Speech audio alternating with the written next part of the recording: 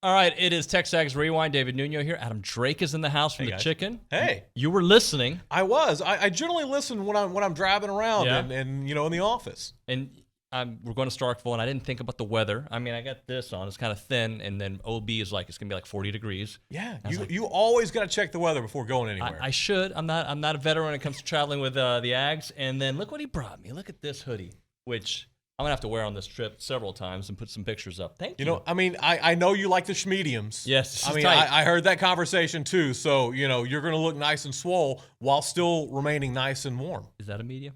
This is not a medium. It looks. See the the guns. I mean, a little bit. Little guns going. Hey, so he's going to help us out here on the show today. We did the Go Hour. You like OB? Oh, I love OB. Had a great conversation with him outside. He's awesome. So we talked about what we want to see this weekend from the Ags. Billy was here with his keys to the game. Got any keys? Stop the pass. Yeah. If that's going to be possible with a Liucci offense, but just make sure not to give up 3,000 yards. Yeah, absolutely. That bend but don't break is going to work a little bit, but not all the way. They've only given up 3 offensive touchdowns from the red zone in 12 attempts this year. All right, Caroline Fenton joined the show as well. And then we did the final countdown with the McKinney Brothers. That was great radio. Adam's here with us. We'll tell you what to do after these videos. Give me some things, and let's expand on them. Pass rush. Okay. I want to see good run blocking, real good run blocking, and sure tackling. What you can't do against Mississippi State is let that 4-yard pass turn into a 20-yard game. Yep. You got to have sure tackling. So those are the 3 things I want to see. I want to see a pass rush, sure tackling, and that running game go off again. Yeah, I love that. Here's what I want. I want to see that offensive line continue to get better, and that is in all phases. I saw a difference in the line starting in the second quarter where A-Chain started getting a little bit more space, right? I want to see more of that. But they need to protect Max, and they need to give him more time to throw the ball downfield whenever we're going to take those chances. And there were a couple of chances against Arkansas that could have been big for A&M if he had more time or if somebody didn't stop running. But beyond that, more time for the O-line more time for Max. I want to see Evan Stewart go off, especially now with Anias gone. Feed him the ball. Let's see him make some of those dynamic plays. He's going to have to. Other people are going to have to step up as well. But if he can be the catalyst, it's going to open up for the rest of the guys. And the other thing I want to see is continue our good fortune in the red zone defensively. In the 12 trips that teams have had against A&M in the red zone, the Aggies have only allowed 3 touchdowns. That I like. You know what I don't want to see? Them in the red zone at all? Well, that, but also those pre-snap penalties. Oh, gosh. Clean that crap up. Clean it up. It's time. I mean, you're mid-season form now. I mean, your game There's 5. no more time for anything. Like, this is who you are. At this point, this is who you've got to be. So clean. I mean, you can always get a little bit better, right? Sure. But you're basically becoming who you are. There's a reason that they use that phrase mid-season form, and you're almost there. So clean up the false starts and the delay of game, and don't put yourself behind the chain. Yeah, and for a team that I think this game right here to me is the one that makes me feel like, all right, this 10-2 talk, it's still very possible, right? Because, look, I'm not going to be next year Nuno here, but the Alabama game is a question mark. Then you got your bye week, and then South Carolina, right? Am I getting it right? The front part of the schedule appears more daunting than the second half of the schedule. And we know it's SEC. They're all going to be tough. Right. When Florida comes here, they're probably going to be an improving team, just like A&M is improving. Ole Miss, I don't know what to think about them yet. But have you heard anything about who could be in, who could be out this weekend? I'm getting confused because we talked about it yesterday, but it was with Zane during the question thread. Ask Zane, as I like to call it. I think we'll have McKinley back, Good. Which would be really significant. Look, and I think Tumiche's out for a spell longer still, not season ending. Same thing with Andre White, not expecting him back. But look, the tough part about all this is you got McKinley Jackson's your best defensive lineman. He's played the most football of anybody in your D line room, and it ain't even close. Right. He played and was making plays against Mississippi State 2 years ago in Starkville. He's the only guy in that D-line that could really say that. Maybe Rakes got in there a little bit as a true freshman, but he's your most experienced. He's your most disruptive. He's your best. He's your best against the run. It's been a real detriment not having him out there. And then not having him and Andre White, who I don't think White's like a game changer, but that dude's 245 pounds and is a senior and has played a ton of football, played a ton of SEC ball. He's a solid player, and you're missing him. So you're missing two key guys, and then when Tumiche goes down for the last 2 games, you've been missing 3 of your starting front 7. And look, I know that it could be a situation where Shamar Stewart doesn't give his position up. He's starting to play better and better. But for the right now, and like the previous few weeks, they've been even younger than they ever dreamed of wanting to be in terms of a lack of experience. So getting McKinley back would help you on several levels, and I think they're pretty healthy defensively outside of those 2 guys that have been out and will continue to be out a little longer. Miles Jones, I think, tweaked something again or got hurt again, but he's not as much as you'd like to have him. They haven't played with him in over a year, right. So it's not like that disrupts the flow and the routine. So I think defensively they're pretty good. Offensively, I'm trying to think if there was anybody. Unless something came up this week, I think they're good outside of, obviously, Anias. I think they were pretty good. The question mark to me that I wanted to find out today is, how is Jake Johnson back? Yeah. And I don't know how much he'd be just thrown into action yet, but it's coming for him. I think eventually you'll see him and Donovan be the guys, key factors there in that passing game. From what you've seen of Mississippi State, how good are they? Because they're favored, but they haven't really beat anybody. I think the key with Mississippi State is you either know how to stop the offense or you don't. And I wish that I had more of an analysis beyond that. That's pretty good. That's really, truly what it seems to be is you can either stop them or you can't. And DJ Durkin has proven at Ole Miss that he could stop Mississippi State's offense a good bit. I mean, he limited Will Rogers to just a single touchdown pass last season. Now, they scored more touchdowns beyond that, but Will Rogers is the kind of quarterback, and this is the kind of offense that they want to spread it out. They want to throw the ball. I think the key there is you got to get pressure on Will Rogers. That's exactly how LSU was able to beat Mississippi State and honestly beat them pretty handedly in week 2 was because this LSU defense consistently put pressure on Will Rogers. And LSU started to figure things out offensively in the second half. And Mississippi State was just abandoning everything that had worked for them in the second half. I think their fatal flaw is that they cannot commit to the running game. And that's not Mike Leach's MO. I mean, his entire offense is based on airing the ball out and throwing the ball, but they weren't able to score points because they weren't able to commit to the run. I mean, you look in the second half in that Mississippi State LSU game, first possession, kicked a field goal, second possession, run for 3 yards, passing complete, 5-yard pass, passing complete on fourth down.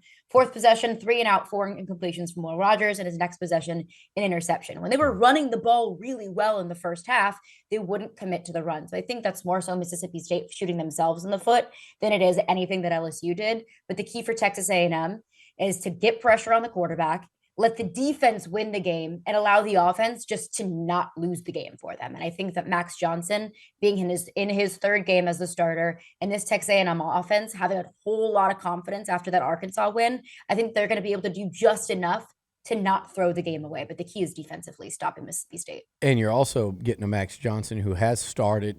Now we're getting into these games that he's played. Right. Yeah. The Miami didn't bother him, the atmosphere. Playing at Jerry World didn't bother him, the atmosphere. He didn't play against Arkansas, but he threw about 6 passes in that game. They put Nussmeier in, but he prepped for him. But now we're getting into the situations where you're getting teams that Max Johnson has prepared for and played against. He's played against a Will Arnett defense. He's played against Mississippi State, had a great game against them. So that should factor in, but I'll tell you the other question I had for you, Caroline. I wanted to pivot a little bit and talk Arkansas. So A&M wins that game, very competitive. Could have obviously gone either way on the bounce there, and one team wins. Doink, the oink doink. But what I'm going to ask you is Arkansas this weekend. They play Alabama. It's a twofold question. Number one, How important is this game? Because all we heard all summer was how great Sam Pittman was from all our friends at the SEC level around the country, how great Sam Pittman was, how tough Arkansas was going to be, and people were making some pretty bold predictions about them. Your buddy SEC Mike, a lot of people have been making some bold predictions for Arkansas heading into the season.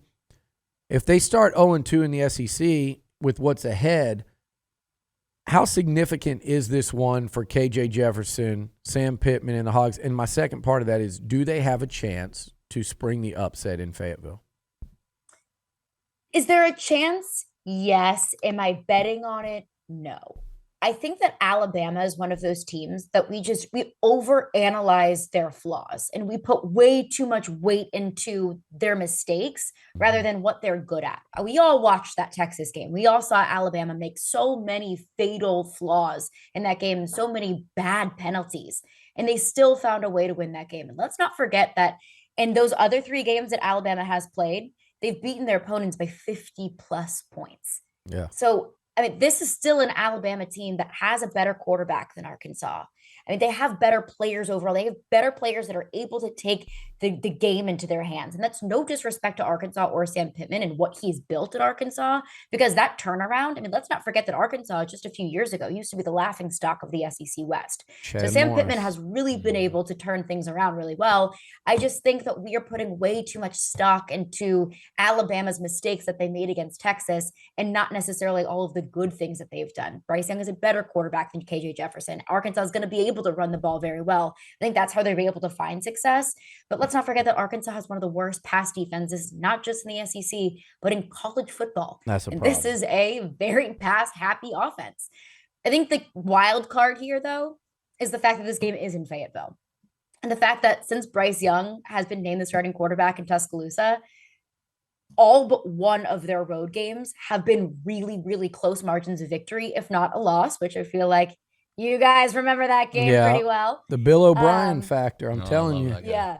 There. Yeah, it's true. It's on the road. They just don't look as dominant, and they're much, much, much more sloppy on the road. So I think if there is an upset, on the horizon, I think it's the road factor, but I just can't go that far. This is too well of a coach team. This team has way too much talent to drop this game, but that is no disrespect to Arkansas whatsoever. But you say, what's coming down the pipe for Arkansas? I think after this game against Alabama, their 2 most difficult games in their schedule are behind them. You look at the rest of the SEC West, and it's really not menacing. It doesn't scare you too badly. There's so if Arkansas starts 0-2, it's not the worst thing in the world. As for Starkville, you guys said you haven't played there. Thank goodness. I know. But from what you've heard, Who would want to? and I gotta go. What makes that place a difficult place for at least for A&M to play? Well, I mean, It's home field stupid advantage cowbells for and one. home field advantage, all that stuff. But I mean, you just got to put all that stuff outside of it, and playing on the road is always tough. And there's one reasons why Vegas just the home guy always gets an advantage. It's just trouble. Trouble? It's tough to travel like that. Tough to travel. And the time that it takes, the missed sleep, whatever it is, off your schedule, it just adds up. And everyone goes through it, right? But the people that are the best do it the best. And hopefully we can put it all together and go out there and have a good game. I mean, it's not going to be impossible to go out there and win this game. We just got to be mentally right for it. The teams that go on the road and win continuously are the ones that have the mentality of they're going there to win a football game. They're not going there to do anything else. They're not there to hang out, have fun. It's a business trip. And usually you see teams that are a little bit more mature, a little bit more experienced, but also have a little bit different goal. They're not just trying to win 10 games or trying to get to the conference championship. It's the teams that are national champions or bust mentality. Yeah. Do we have that mentality? Can we be good enough to go on these road trips and win all of them, or win most of them? That's what we'll find out. The big part also will be the youth that we have on this team, getting those guys to understand what you just talked about, how take this very seriously, and it's not just a trip out of town in the middle of nowhere, Mississippi. I think Arkansas was a good dip your toe in the water moment for those freshmen. That's it's not it's 50-50, maybe a little more Arkansas this time. it's intense and it's loud and it ain't the friendly confines of Kyle Kyle Field. Field. Yeah. Right. So it was a good first step for them, but this is different. You guys, what was the toughest road venues y'all played in college? Was yours Tech? Was yours Tech? I mean, Tech was pretty Tech's- tough, I hated yeah. Tech. That BYU game was pretty tough. Yeah. Man. That was a tough crowd. Oh man, we were just talking about that. Arkansas goes Yeah. into Yeah, that's BYU in not. a I don't couple like weeks. that. And Caroline mentioned it earlier when she was on it. It's a good point. Even Colorado, Alabama. Kansas State, even. Oh yeah, Yeah, well that Kansas was State great. Those weird. are some great. I'll tell you a good one was Southern Miss. That was crazy to get to. That my was one of the freshman year. hottest. Oh, most that was humid. misery. Louisiana That was- Lafayette. Yeah. No, I wouldn't want too bad. Nuno, what she said about Bama Yeah. tells you how hard it is on the road in the SEC. Alabama, and even they went to Austin and struggled. Alabama, in the last season and this year, the Tide have really struggled away from home, and they've played some They have looked extremely different. close games. You're right. I'll tell you all this because you guys played, and I've been to venues in the Big 12 and in the SEC. You know, there are two places, maybe three, but I've only been once. Places like Mississippi State, Ole Miss, Arkansas, Mm-hmm. but particularly the Mississippi schools, they remind me a lot of Kansas State, Texas Tech. Mm-hmm. They remind me a lot of that. Crowds right on Oklahoma top State, of you. Oklahoma State, Oh, yeah. these little Just on top. venues that I think the players at that age get used to. Like they're going to get up to go play in front of 100,000 at Bama or go to Athens or go to the Swamp or Death Valley. But you go, if you let your guard down and you go, well, it's going to be, it's There's not only as big time. 55,000. You know, like the atmosphere is not as big time as I'm used to. Walking in that stadium a couple hours before game time, and you can't flip that switch Yeah. if you haven't been mentally prepared for it. And that's where those type programs will lull you to sleep a little bit. So you've watched the rewind before. Yeah. What do we tell people to do at the end of the rewind? Like, subscribe. Have you subscribed? Yeah, I'm a subscriber. Have you liked? I have liked. Have you ever commented? No, I have not commented. Okay. I am not a commenter, but I'm a lurker. I like to lurk in the comments. I got something you need to do. You did Okay. something for me. I'm having you do a second thing for me. I'll do a second thing for All you, right. Nuno. Come up with a word that people need to put on the chat. All right, when they comment, and then you're going to respond to them with how about this? The chicken. I like it. I was going to say something chicken related. The Dixie chicken. But, Let's yeah. call it the Dixie chicken. or just Dixie chicken. The Dixie chicken. Put that on there. He'll like it. I'll comment back to you. Thank you so much for watching. And can people buy these? Yeah, of course. We've actually got them on sale. The limited sizes are available right now, but yeah, you can go online and check them out. Schmedium. Thanks, Adam. No problem. Thanks.